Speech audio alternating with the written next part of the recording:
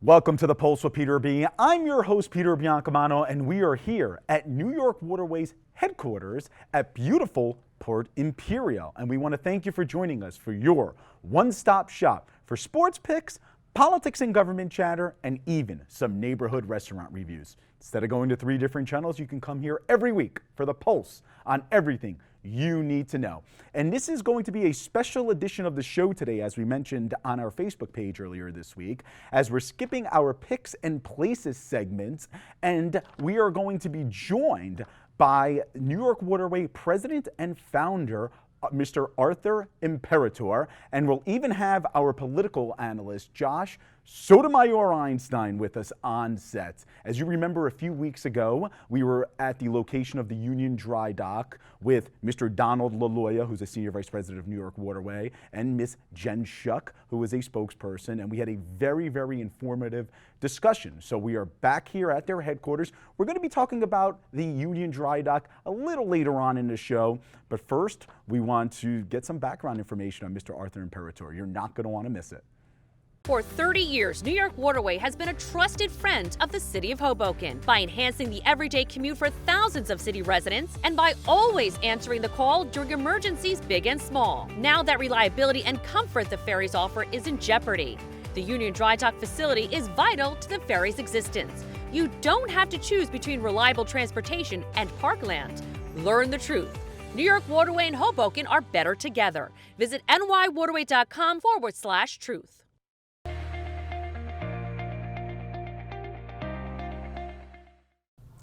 As promised, I'm here with Mr. Arthur Imperator, the founder and president of New York Waterway, and our political analyst, Josh Sotomayor Einstein. So why don't we just hop right in here. Mr. Imperator, we are so glad that you were able to join us today. How are you today? Well, I'm fine, and I'm delighted to talk to you and to the people of the city of Hoboken. That's fantastic. I have been a mystery man, but I guarantee you, if you folks knew of my life, I'm anything but a mystery.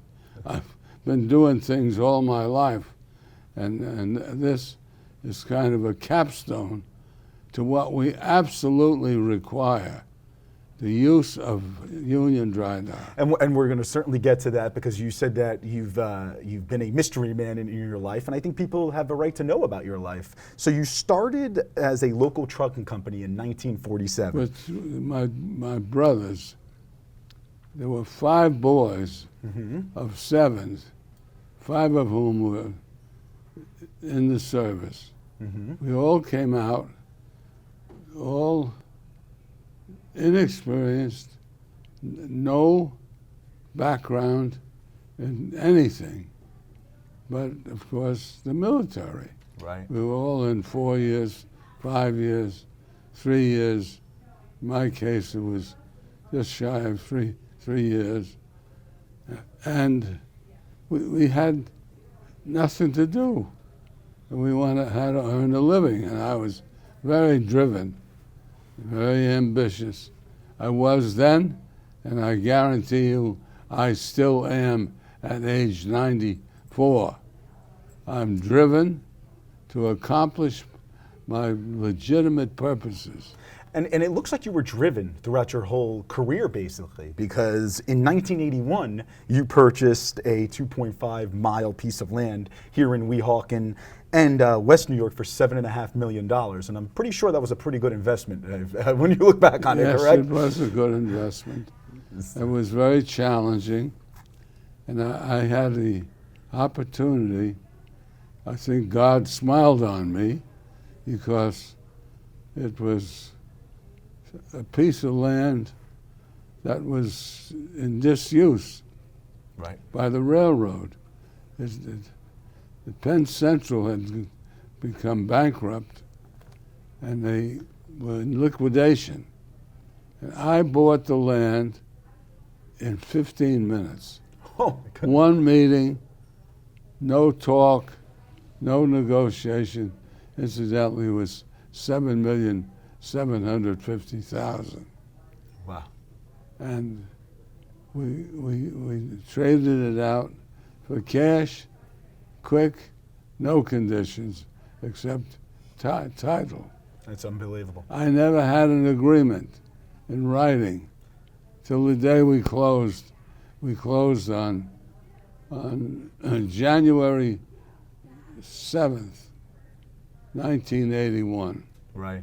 Right. And now in 1986 is when you started New York Waterway, and obviously you have a very, very long history in Hudson. I said January. It was December. December. Okay. December 7th. 1 month. Yeah, but it was the anniversary of Pearl Harbor. Oh, that's right. Yeah, I'm, December 7th. I'm just Sure. pointing it out. Right. Absolutely. So, sorry, excuse me, Josh. In 1986, you started New York Waterway.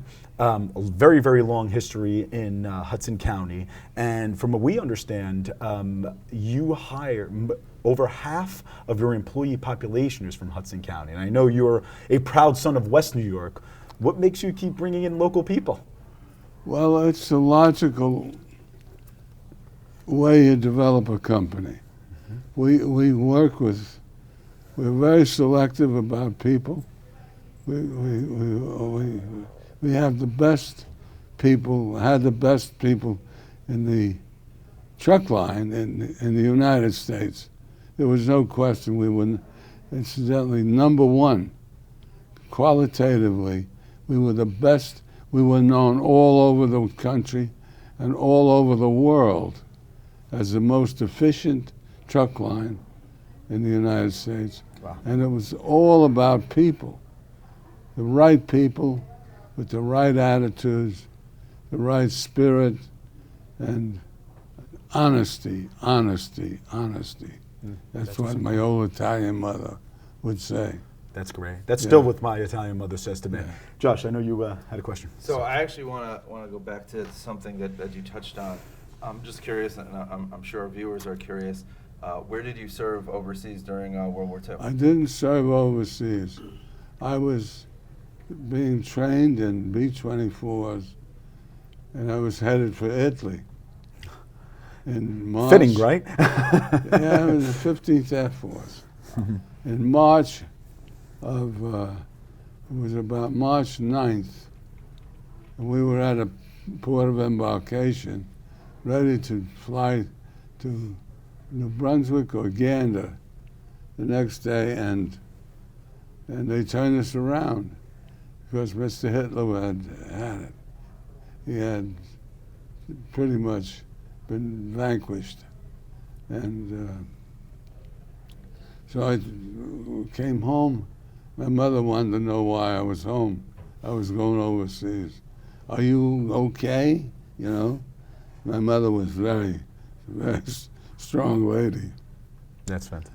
And I said, yeah, Mom, they turned it. I don't know where I'm going next, but they turned us around. So I was returned to the military after a short time, a few days, maybe a week, and I was assigned to B-29s. Oh, wow. And I was trained as a navigator in a B-24 and also a B-29. So I was headed now to Asia, you know, to the Asian War, which was still going on with Japan. And I had another overseas leave. My mother said, Arthur, why are you home again? Are you doing something wrong? You know Italian women. Oh, yeah. With the hands and all, correct? Yeah, oh, yeah. So I said, no, Mom. I got I'm going to go overseas. And they gave me another leave. Yeah. On the way back to my base, after that leave, I saw a man in the middle of the night in Tinker Air Base, Oklahoma City, with a copy of the Daily News on his chest. Believe it or not, the New York Daily News. It was 2 o'clock in the morning. It said it was a captain, and he had no hands, he had claws and one eye. I said, by the way, I got chatting with him. He was very upbeat. He was a discharged Army captain, infantry captain. I said, what the hell's that headline about? It was the dropping of the first bomb on Hiroshima. Wow. He said, I don't know, it's some kind of bomb, a new type bomb. Anyway, that ended the war, you know. They dropped on Nagasaki in a couple of weeks, and that was over. So That's great. Well, we certainly thank you for your service. We have to take a quick commercial, folks. When we come back, we'll be back with Mr. Arthur Imperator. You're not going to want to miss it. We'll be back. New York Waterway values the rich history of Hoboken's working waterfront and the modern-day importance of preserving green space. Plans for our Union Dry Dock facility will incorporate the best of both, with a state-of-the-art ferry maintenance facility and expanded public use of the waterfront, with a promenade, fishing pier, and kayak landing. You don't have to choose between reliable transportation and parkland. Learn the truth. New York Waterway and Hoboken are better together. Visit nywaterway.com/truth. Welcome back to the show. I'm your host, Peter Biancamano, still here at beautiful Port Imperial here at New York Waterway headquarters with founder and president, Mr. Arthur Imperator, or Imperatore. I had to just drop that. Imperator. Imperator. And our political analyst. We've anglicized. We've anglicized, okay.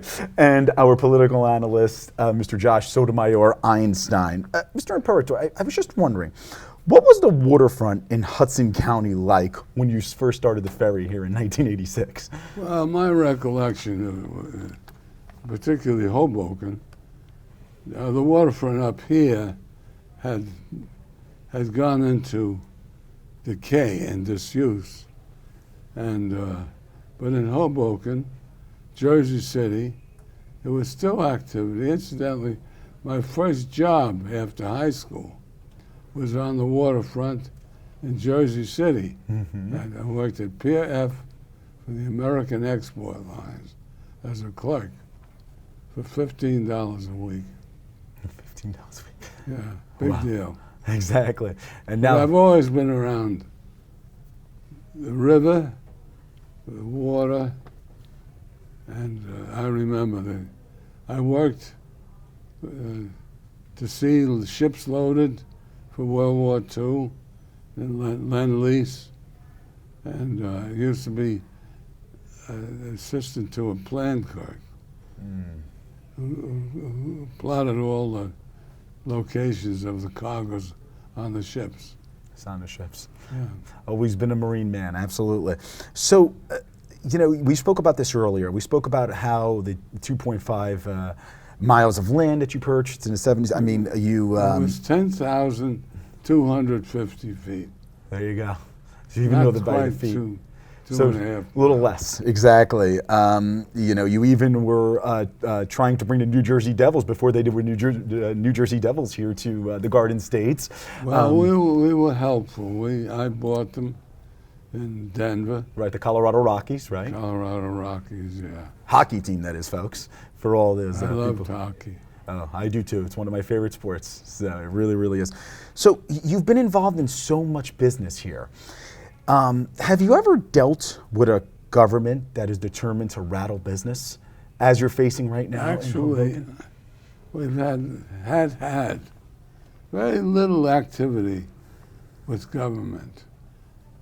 In the truck line, we were regulated by the Interstate Commerce Commission, but they were not intrusive, and we had little to do except to comply with their regulations, which we did. But once we got deeply into the ferry business, it was a whole different expose to the world. We were enmeshed, and still are, in all kinds of, I can't describe how much regulatory bureaucratic controls, plural, that there are in our field. So we become quasi-politicians. I mean, we've learned how to. My stepson, incidentally, is a lawyer who went to Harvard. I raised him from a little boy. He's chairman of the board. He's my boss. That's right. Can you imagine that? That's too funny. It's certainly not as easy as it was when it took 15 minutes to sign the paperwork over. Of course, there's a lot more than red tape now. Josh, I don't know if you have anything to add. So. Well, so in terms of having an adversarial position with a with an aggressive city government, have you faced that before, or is this situation? No, this was novel for us. Here and there, like when we ran trucks, we might have a little problem of one kind or another, but they were operational. They weren't strangleholds on us. If we did something wrong, we corrected it. But we were goody-goody boys. We're goody-goody two-shoes, I can tell you. That's the kind of company. Incidentally, I wish the people of Hoboken could see how we run a business. We run it scintillatingly carefully and controlled. And no one gives us credit in the ferry business for the over 250 million people or more. We don't know how to count them up in the 32 and a half years. But there are literally hundreds of millions of people whom we've carried safely. And we do it with panache. We do it first class. It's clean and classy. Everything we do. That's why Bala, talking about us, has no awareness or little interest in learning about us. Right. Because we're the best in the business. I believe we run the best ferry in the world. Certainly is. And it's certainly an emotional time for you. I don't know whether you know it.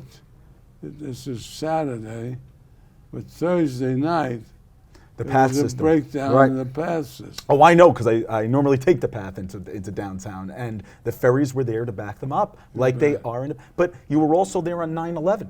I mean, oh yeah. So, I mean, the ferry is the most reliable form of transportation. We did the Miracle on the Hudson. That's right, and a Miracle on the Hudson, right? Yeah. And we've done hundreds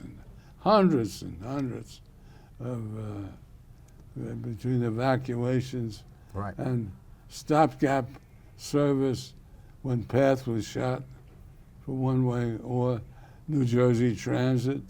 We're working for New Jersey Transit now. Right. The Morrison Essex line is shut down for repairs, and we're getting a lot of their customers. Exactly. Well, we're going to have to take another quick break. When we come back, folks, we will still be here with Mr. Imperator at beautiful Port Imperial here in Weehawken. Josh will still be with us as well. When we come back, we do want to dive right into the Union Dry Dock. I know we touched upon it a very, very little. You're not going to want to miss it. Stay tuned. Peter Biancamano of the Pulse of Peter Bay. Don't forget, folks, go on our Facebook page. We're consistently updating it, new information. You can see our past episodes. And even if you have a question for our politics insider, Josh Sotomayor Einstein, our picks insider, Matt Waymeyer, or our places insider, Daria De Lucia, and seeing what she's going to try next, you can hit us up on there. We'll be able to answer those questions. And even if you have a question for me, I might answer it. No, I will answer it. Go to Facebook, type in The Pulse with Peter B in the search bar, like and follow us. Welcome back to The Pulse with Peter B. I'm Peter Biancamano, still joined by Mr. Imperator, founder and president of New York Waterway, and our political analyst, Josh Sotomayor Einstein. So, Mr. Imperator, let's jump right into the Union Dry Dock. I'm sure it's an emotional time for you.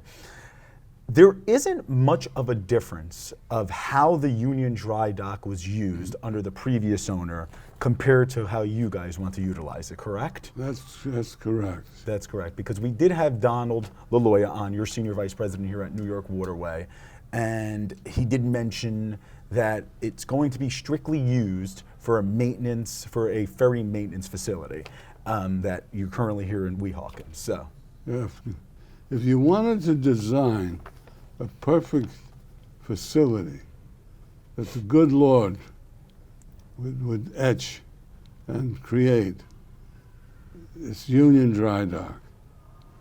It is just perfect for our needs and perfect for our the location of our need and purpose at the center of Hoboken, which is basically the center of our operation. And there are no other alternatives. You know, the mayor's kidding himself that there's an opportunity at Bayonne, Erie, Lackawanna, right?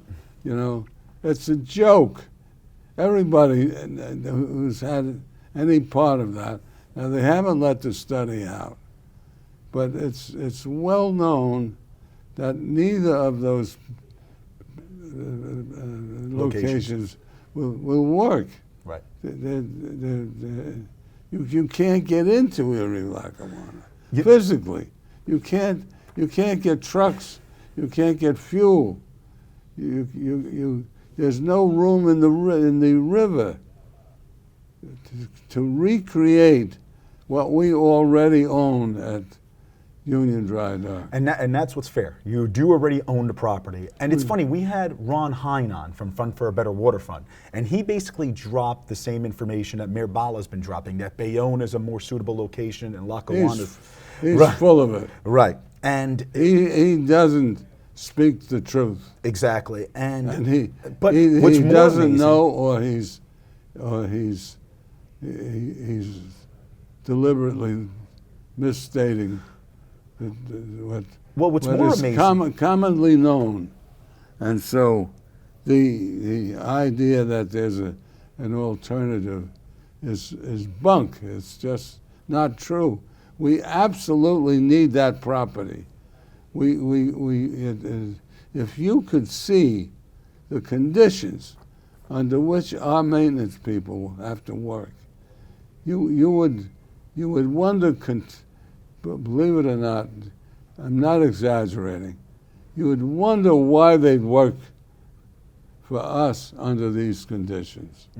Thank God they do, but they are at such disadvantage and such inefficiency, and frankly, it is hobbling physically and operationally for our men to be forced on. We have a little spit of a piece of land that we hardly fit on, and Union Dry Dock is a lifesaver for the company, and why they'd want to park on the best and only remaining property on the waterfront, I don't know, because there are 21 parks now.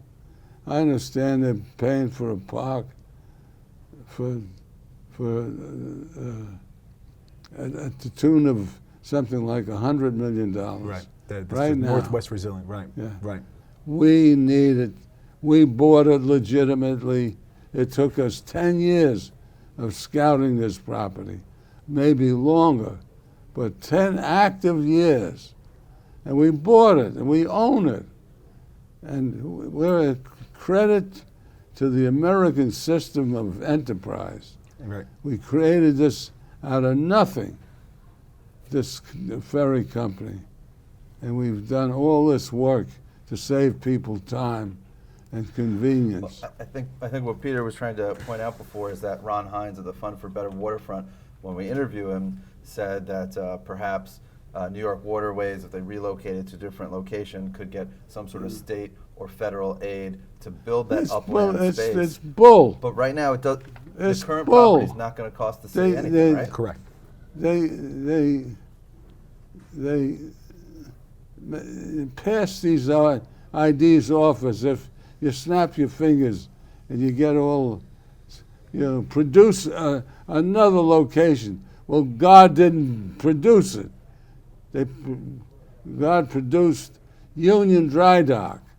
And I tell you, it is a survival issue of our company, for our company.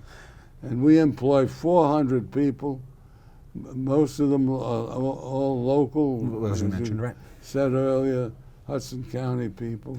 And it's so important that the viewers know in the city of Hoboken what Ron Hein and the Ball administration right now. Like as Josh mentioned, New York Waterway owns the property of Union Dry Dock, which means that there will be no taxpayer We money. own it. And They own it. They don't get fee. any government. You don't get any government subsidies. No. What Ron and the Bala administration are proposing are for government subsidies to come out, which come out of taxpayer money if they want to relocate to Bayonne or Lackawanna Terminal. And that's what the residents of the city of Hoboken have to understand, that what they are proposing is probably going to increase their taxes later in the future, or as Mr. Imperator said, bull. I mean, going forward, right or wrong. Yes, absolutely. So many at City Hall have called on Governor Murphy to step in to this conflict that's going on over at the Union Dry Dock. Why do you think that he really hasn't? Well, he has once. Okay. Don't forget, they went for eminent domain. That's right, with New Jersey once. Transit, you're right. And I'm told they're preparing another such effort to try to acquire the land out from under us. We don't know where the hell we go. There's no other place to go, Right. unless it would take 7 years and $100 million. Donald the lawyer is an expert, and we price our waterfront work all the time, so we know our costs. It would cost us a fortune, but it would take time. We don't know even, incidentally, we have the permits, both federally and state-wise. Just the local permits that are being held up. Yeah, we'd have to go for other permits. It would take years. It took us years to get these, Right. So Mr. Hines can snap his fingers and have us move elsewhere. So his whimsy, his whimsical need or wish, is satisfied. Right. But it ain't going to happen that way. Right. And we spoke about this before the show. We spoke about this during the show. The Union Dry Dock has everything you need. Everything. It's to replace it. I don't want to complicate this, and it would take years and years, and that cost alone would be $100 million, and you know who would have to pay for it. My family, Josh's family, Right. and the taxpayers. Because Absolutely. that's what we already own at Union Dry Dock. It has all the needs that we would wish for. Right. Upland, it has long waterfront access, deep water alone is a very big asset, a very big need. Right. And Union Dry Dock has it. And when we did have Donald on the show, Mr. LaLoya, he did explain to us that there's not going to be that much work that was different from the Union Dry Dock, from how the Union Dry Dock That's used to. true. Because of course, the city of Hoboken was saying, well, they might do work on the overnights and so on and so forth. And work they're basically inside trying to the- scare the neighbors over at inside. Maxwell Park Place. Right, we Yeah. work inside the boats. Exactly. And we're very neighborly conscious of our presence and our work. We have not had we operate within 100 feet of very expensive luxury housing here. We have never had a complaint on noise, fumes, or anything. Not anything, not one complaint. I don't exaggerate, and I never lie. Right. And I'm telling the truth. And then Maxwell Place is 800 feet. Do you know how many cars and trucks and buses go through within about an equidistant out of the Lincoln Tunnel? Oh, please. Did anybody think of that? That's a With good all point. the fumes, you know, hundreds of millions of vehicles a year.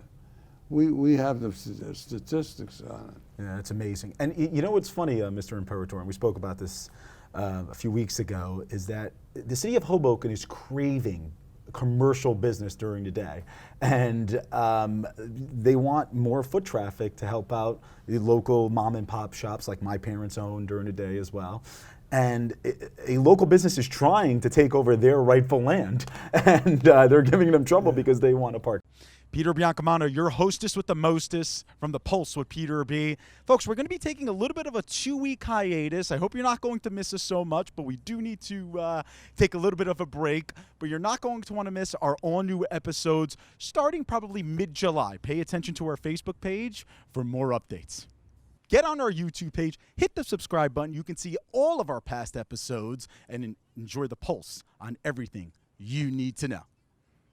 It's just good. Josh, do you have anything to add? Because we are running out of time here. So, I think maybe if you want to talk about any community benefit that the Union Dry we Dock will have. proposed